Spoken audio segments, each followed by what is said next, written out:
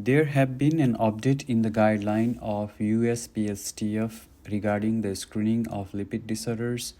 Previously, there was a guideline wherein they have specified at what age to start screening for lipid disorders in male and female and how frequently to screen them.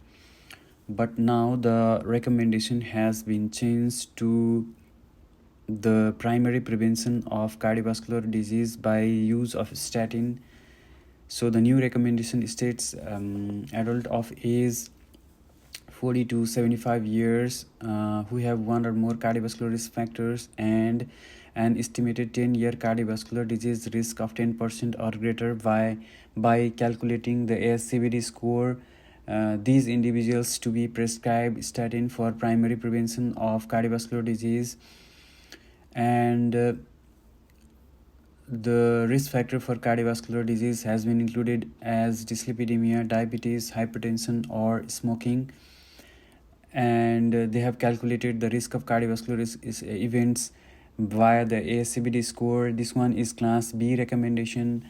Those who have the percentage of cardiovascular disease risk between 7.5 to 10%, they have class C recommendation to start statin for primary prevention of cardiovascular disease.